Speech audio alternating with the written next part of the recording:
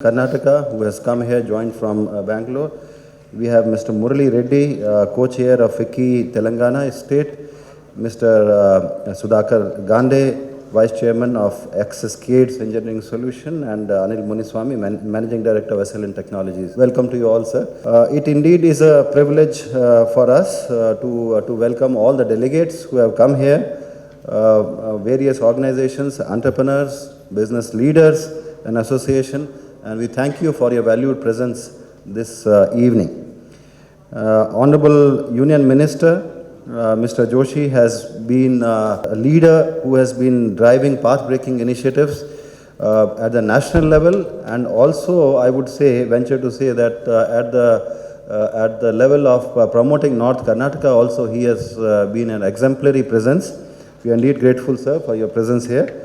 And Mr. Jagdish Shettar, Honorable Minister, also has been a pillar of strength in our quest for investment promotion.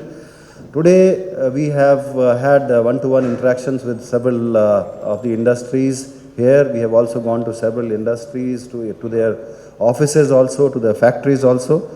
Government of Karnataka is indeed committed to accelerate industrial development and create employment opportunities for the youth of the state.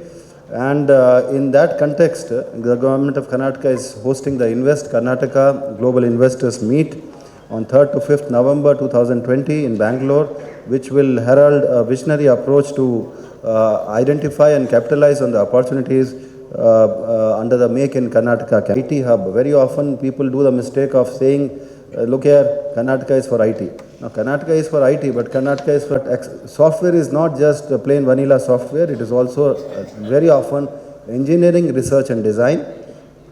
And 44% of the R&D centers in India are in Karnataka. We are the largest producer of coffee and number of other agriculture produce. There are breweries, there are vineyards, etc., gherkins and number of others.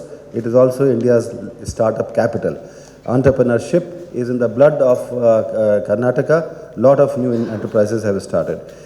Karnataka has a state GDP of $250 billion. It is almost comparable to any other big country, or almost of the size of Thailand, and comparable economy also, and growing at 9.6% per annum. We are first basically integrally linked to the world. And that is what provides the kind of resilience. And even if there is a downturn or a slowdown or something like that, so long as the international growth is there, so lot of things happen. I recall Anand Stanley, the Airbus India head, saying that people talk about recession. He says, what recession? What slowdown? There is hardly, there is a rush for talent, and we want more and more talent. We want to grow further. So Karnataka has a very robust ecosystem. Not only we have this sectors, but also in the key sectors of education, healthcare, hospitals. Karnataka has been leading, and we have infrastructure in terms of highways. We have two industrial corridors, which is Mumbai-Bangalore Economic Corridor and also Chennai-Bangalore Industrial Corridor.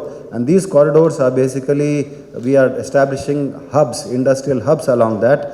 And Tumkur is identified as one of the leading hubs, which will be almost 12,000 acres of land, 250 square kilometers of 50 square kilometers of land, which will be developed into a major industrial township, greenfield industrial township in the days to come, with the support of Government of India. Education-wise, IIM Bangalore to Indian Institute of Science, these are absolutely premier institutes, and also National Law School, University of India, and several other institutions. And these are all there because of the excellence that has prevailed in this sector.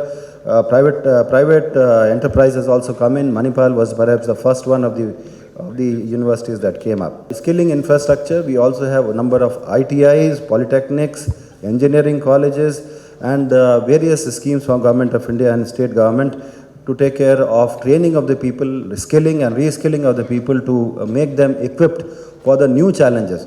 Every time, from what we interact with the industry, every 8 to 10 years, there is a skilling and reskilling which happens, and that is what makes the manpower ready for new and new initiatives. So this is again about the knowledge hub, biotechnology, R&D centers, etc., etc. I have covered some of this. I think we can go to the next one.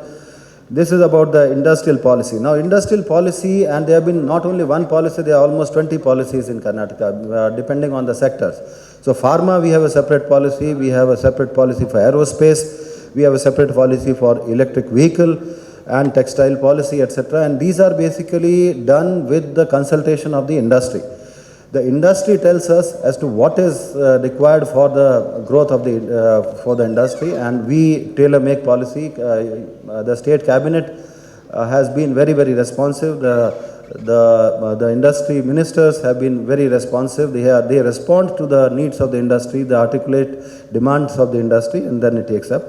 As in terms of ease of doing business, again, lot of initiatives have been taken up. Karnataka was the first one to set up the single window agency and time-bound grievance handling, regular consultation with the industry, and online application and approval.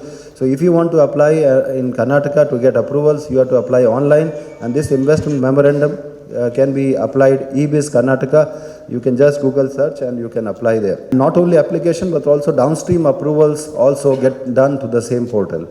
In terms of lifestyle and entertainment, I need not say anything. I'm sure that you are well conversant with it. Karnataka has a rich culture, rich people, expats living from all around the world, number of cuisines, festivals, etc. Now, focus sectors are these 9 focus sectors have been listed out. Machine tools is one of the major sectors which we are taking up. And Tumkur, we are setting up the first of the machine tool park with support from the Government of India. And this integrated machine tool park will take care of more and more investments in this sector, in the capital goods segment of the industry.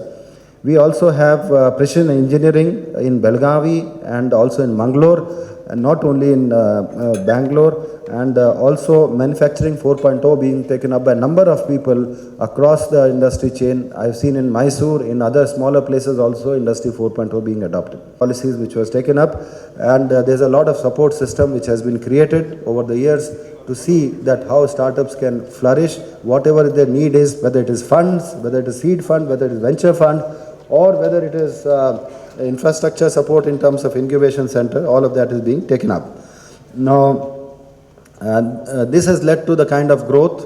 Last year, $13.5 billion came into investments into startups, and 50% of that came into Bangalore. So that is the kind of power of startups which is leading to a lot of inward investments into the state. Aerospace and defense, a lot of opportunities, whether we call it Airbus or Boeing or number of others, they are all present there. Defense sector, a lot of DRDO labs, BEL, BHEL, BML, etc., and a number of other ancillary units, etc., that have emerged. Pharma and medical devices, they are also, we are there, and we are collaborating now. One of the thrust areas of why we came to Hyderabad is so as to borrow from some of your inspiring ideas and to see how this can flourish further. Agri and food processing is again a major sector. We are looking at agri exports, and agri exports is being supported by a lot of testing and certification centers. And not only about one commodity, there are several agroclimatic zones and several commodities that are there, and there's a lot of activity going on in this field. Textiles and apparel, again, man-made fibers or natural fibers. Karnataka is one of the leading ones in terms of garments capital. Shahi exports are more than 40 units, 45 units in terms of producing of garments in Karnataka. And we are looking at more garment parks also. Karnataka has a very vibrant textile policy which has been launched very recently. We are also promoting a cluster in Ballari to take care of the natural advantages there. Now, these are the 9 clusters which were announced, product-based industries cluster, initially by the name of Compete with China. But primary focus is that if China can export to us, why can't we export to China? And these are the kind of 9 industries which were identified. It may be toys, textiles, mobile phone components, PCB, ICB manufacturing, LED lights, solar panels, and tiles, agriculture implements and sports goods, etc. So we are working with the industry to see how